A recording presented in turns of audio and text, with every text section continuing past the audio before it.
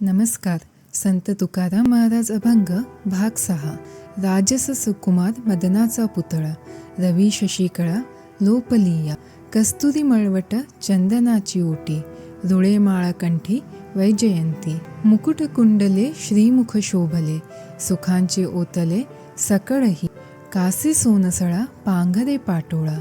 घननीळ सावळा बाई यांनो. सकळही तुम्ही वागे एकी सवा. तुका म्हणे जीवा धीर नाही. अर्थात येथे तुकाराम महाराजांनी विठ्ठलाच्या दर्शनाचा अनुभव अभंगातून व्यक्त केला आहे.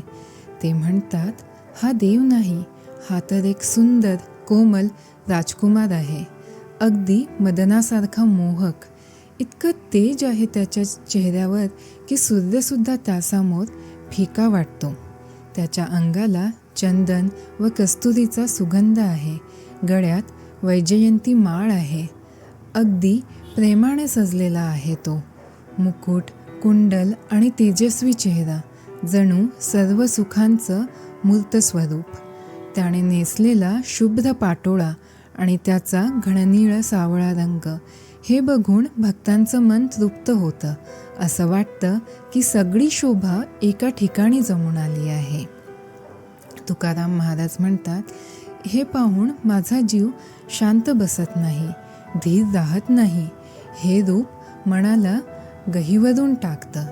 जसे कधीतरी एखाद्या सुंदर मूर्तीसमोर उभं राहिल्यावर आपण भारावून जातो, अगदी डोळे नीट मिटत नाही.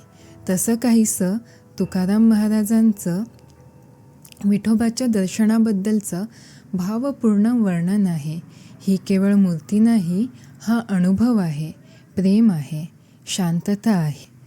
अभंग आवडला ना तर तुमचं प्रेम आणि पाठिंबा अशाच भक्तिपथासाठी कायम ठेवा. पुन्हा भेटूच. जय हरी विठ्ठल.